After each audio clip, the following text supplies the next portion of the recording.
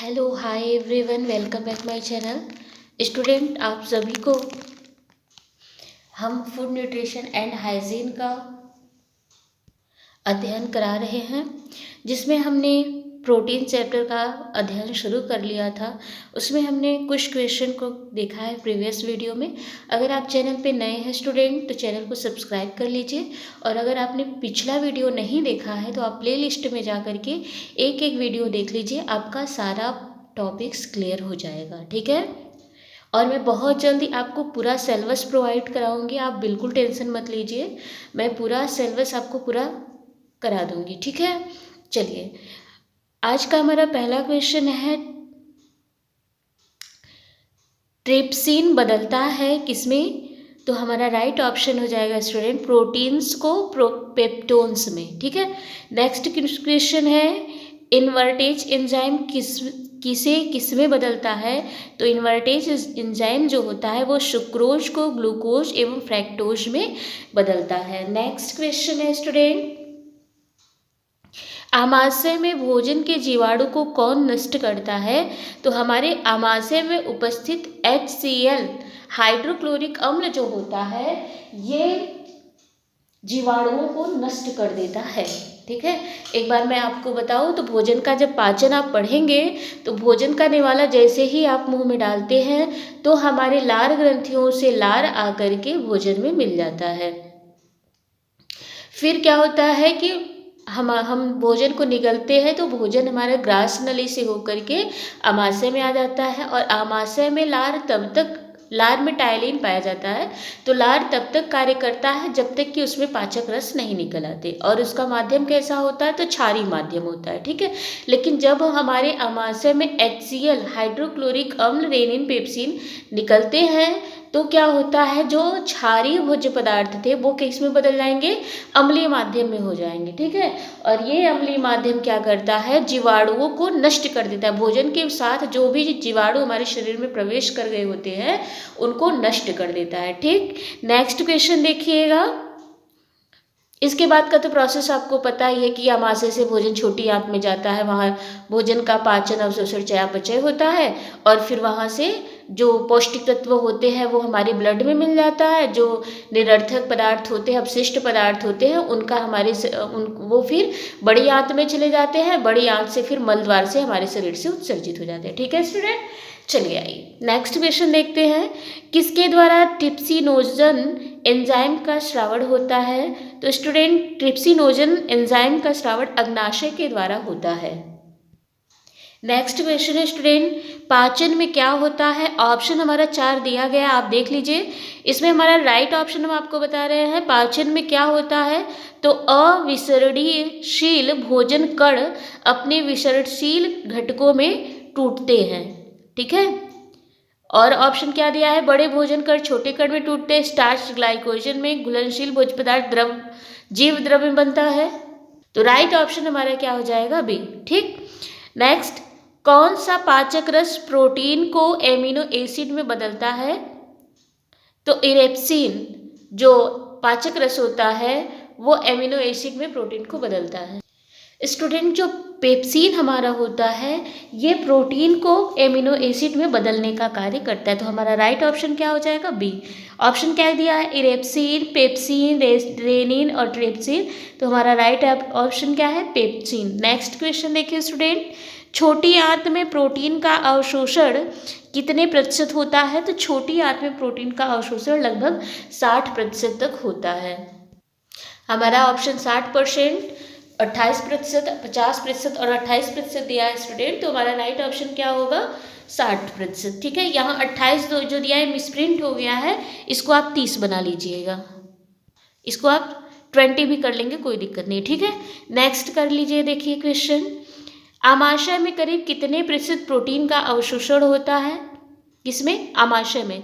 तो आमाशय में देखिए लगभग 11% प्रोटीन का अवशोषण होता है, बहुत ज़्यादा नहीं। ठीक है, लेकिन 11%।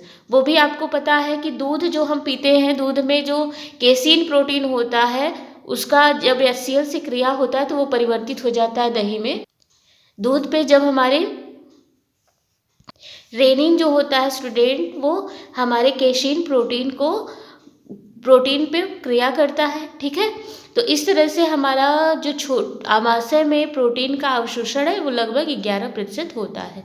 ठीक, अगला देखिए, रेखीय पेशी तंतुओं की प्रमुख प्रोटीन क्या है? मायोसिन, एक्टिव, ए बी दोनों और शर्करा। तो हमारा राइट ऑप्शन होगा सी, ए बी दोनों। नेक्स्ट है, तंतुमय संयोजित ऊतक के निर्माण में प्रयुक्त प्रोटीन है। तो कोलेजन, एक्टिन, केरोटीन, पेप्टिन। तो कोलेजन होता है स्टूडेंट।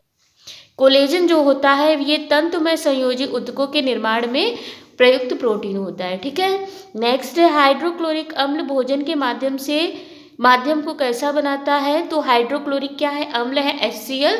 तो क्षारीय भोज्य पदार्थों को ये अम्लीय में कन्वर्ट कर देता है। तो हमारा राइट ऑप्शन हो अम्लीय। ठीक है, नेक्स्ट क्वेश्चन है स्टूडेंट, ऑप्शन तो दिया ही है, आप देख ही रहे हैं, अम्लीय, क्षारीय, उदासीन, इनमें से सभी। तो हमारा राइट ऑप्शन अम्लीय होगा।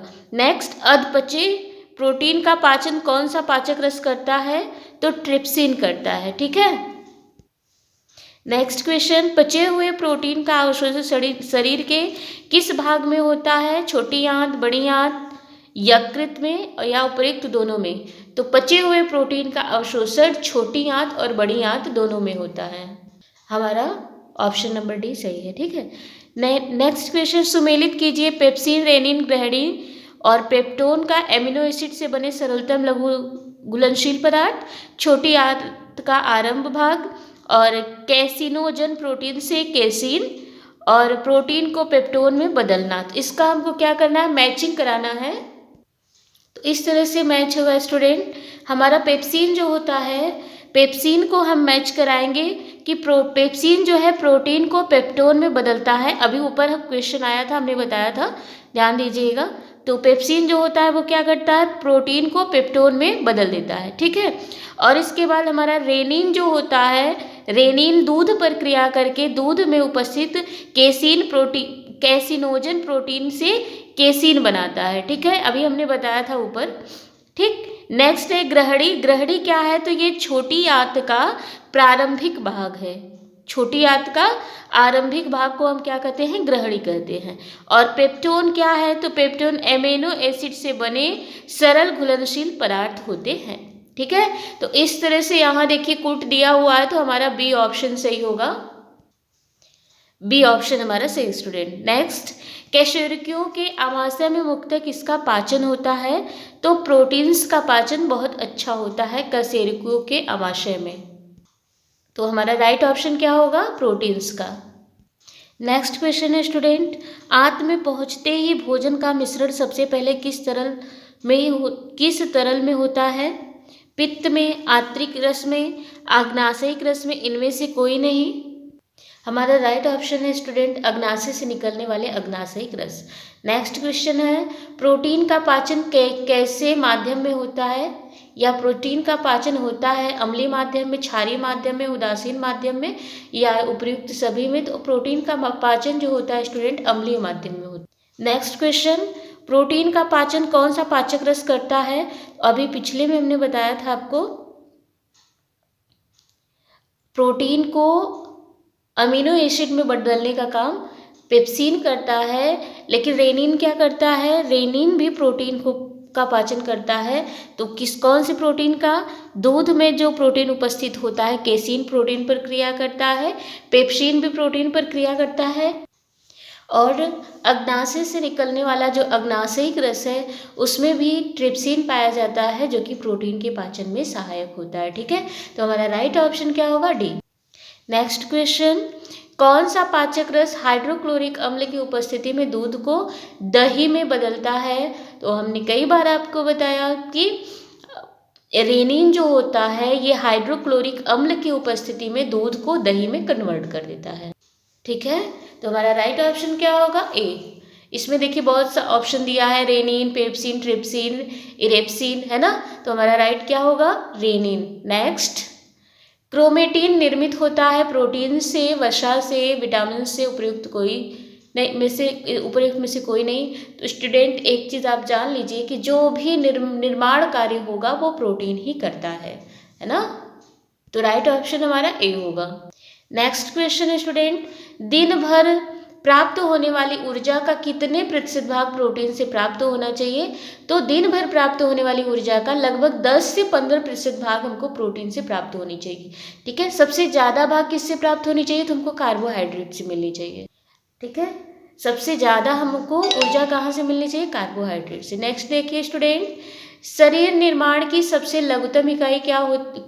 लघुतम इकाई कोशिका किससे बनी होती है? तो निश्चित रूप से प्रोटीन से बनी होगी स्टूडेंट, क्योंकि अभी हमने कहा कि शरीर में जितने भी निर्माणात्मक कार्य हैं, नई कोशिकाओं का निर्माण करना, टूटी फूटी कोशिकाओं का मरम्मत करना, तो जितना भी निर्माणात्मक कार्य है वो प्रोटीन्स करता है। ठीक है, निर्माण करने का काम प्रोटीन करता है। इसके सहायक में बहुत सारे तत्व कार्य कर सकते हैं, लेकिन मेन काम किसका होता है?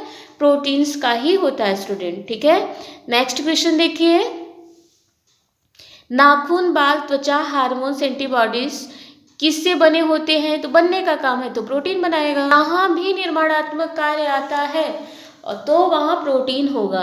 जैसे कैल्शियम, फास्फोरस, विटामिन डी मिलकर के हड्डियों का निर्माण करते हैं, लेकिन फिर भी उसमें भी प्रोटीन सहायक होता है स्टूडेंट। ठीक है, नेक्स्ट देखिए क्वेश्चन, मुंह में किसका पाचन नहीं होता है? मुंह में किसका पाचन नहीं होता है? प्रोटीन का, स्टार्च का, वसा का और ए बी दोनों का।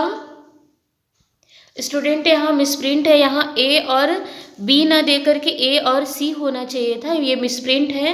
प्रोटीन का जो पाचन क्या कह रहे हैं, मुंह में किसका पाचन नहीं होता है? तो मुंह में जो होता है कार्बोहाइड्रेट का, मतलब स्टार्च का पाचन जो होता है मुंह से ही प्रारंभ होता है। कार्बोहाइड्रेट जो हमारा मुंह होता है, इसमें पाचन क्रिया जो हमारी लार ग्रंथियों से लार निकलती है, उससे हमारे मुंह में कार्बोहाइड्रेट का पाचन शुरू होता है। ठीक है, और स्टार्च क्या है? कार्बोहाइड्रेट का बहुअणुवी शर्करा है, तो स्टार्च का पाचन होगा। प्रोटीन का पाचन स्टूडेंट कहाँ होता है? तो प्रोटीन का पाचन हमारे आमाशय और ग्रहणी में होता है। ग्रहणी क्या है? तो छोटी आंत का पहला भाग होता है ग्रहणी। ठीक है, तो वहाँ से प्रोटीन का पाचन शुरू होता है, और करता कौन है? तो प्रोटीन का पाचन पेप्सिन करता है। और आमाशय में वसा का पाचन शुरू होता है, और वसा का पाचन कौन करता है? तो लाइपेज एंजाइम करता है। ठीक है, तो आपके इस प्रश्न का आंसर क्या होगा? स्टार्च। नेक्स्ट क्वेश्चन है स्टूडेंट, प्रोटीन का पाचन कहाँ होता है? आमाशय में, पक्वाशय में, श्वसांत्र में। तो प्रारंभ तो हमने अभी बताया ना कि आमाशय और छोटी आंत के बड़े भाग से शुरू हो, छोटी आंत की जो पहला भाग है ग्रहणी जिसे हम कहते हैं, वहाँ से प्रारंभ होता है। ठीक है, और लास्ट में छोटी आंत तक हो जाता है। ठीक, तो हमारा राइट ऑप्शन क्या होगा? इनमें से सभी। नेक्स्ट क्वेश्चन, डीएनए अणु के संयोजन में भाग लेते हैं, तो राइट ऑप्शन हमारा बी हो जाएगा। पेंटोज, शर्करा, फास्फोरिक अम्ल, पेरिमिडिन्स तथा प्यूरिन्स। बी ऑप्शन सही है स्टूडेंट। नेक्स्ट क्वेश्चन है, ट्रिप्सिन ऐसा एंजाइम होता है जो कि आमाशय में अम्लीय माध्यम प्रोटीन्स को तोड़ता है, ग्रहणी में क्षारीय माध्यम में प्रोटीन्स को तोड़ता है, तो हमारा राइट ऑप्शन क्या हो जाएगा? बी। ग्रहणी में क्षारीय माध्यम में प्रोटीन्स को तोड़ता है। ठीक है, नेक्स्ट क्वेश्चन है स्टूडेंट, शरीर की प्रत्येक कोशिका रक्त अस्थि कोशिका में क्या होता है? तो रक्त अस्थि कोशिका में प्रोटीन होता है। नेक्स्ट क्वेश्चन है स्टूडेंट, प्रोटीन में मुख्य भाग किसका होता है? हाइड्रोजन, नाइट्रोजन, ऑक्सीजन, कार्बन का। तो हमने आपको बताया है कि प्रोटीन एक ऐसा पौष्टिक तत्व होता है जिसमें कि नाइट्रोजन उपस्थित होता है। ठीक है, हमारा राइट ऑप्शन हो जाएगा student nitrogen. Next question, kwashiorkor बीमारी किसकी कमी से होती है? तो हमने आपको बताया है, प्रोटीन का चैप्टर जब हमने स्टार्ट किया तभी आपको बताया कि क्वाशियोरकर जो बीमारी होती है वो प्रोटीन्स की कमी से होती है, और मरासमस प्रोटीन और ऊर्जा दोनों की कमी से होती है। ठीक है स्टूडेंट, नेक्स्ट क्वेश्चन, 100 ग्राम पालक में प्रोटीन की मात्रा कितनी पाई जाती है? तो 1 ग्राम होता है। नेक्स्ट क्वेश्चन स्टूडेंट, पशुजन्य भोज्य पदार्थ हैं क्या? मछली कहाँ से मिलता है? पशु से मिलता है, पशु पक्षी से, जीव जगत से मिलता है। तो यकृत मांस उपयुक्त हमारा सही हो जाएगा आंसर। ठीक है, अगला ऑप्शन क्या है? उपयुक्त सभी। मछली, यकृत, मांस, अंडा, दूध सभी हमें पशु जगत से प्राप्त भोज्य पदार्थ है ना, प्राप्त होते हैं। तो राइट ऑप्शन क्या हो जाएगा? डी। स्टूडेंट, अगर आप चैनल पे नए हैं तो चैनल को सब्सक्राइब कर लीजिए, लाइक कीजिए, अपने दोस्तों में शेयर करना नहीं भूलिएगा। और आपको वीडियो कैसा लगा, कितना यूजफुल है, और अगर कोई रिकमेंड है तो ज़रूर बताइएगा। कहीं कोई दिक्कत हो रही है, जो टॉपिक आपको नहीं समझ में आया हो, तो हमें कमेंट बॉक्स में लिख सकते हैं। ठीक है, thank you for watching my video.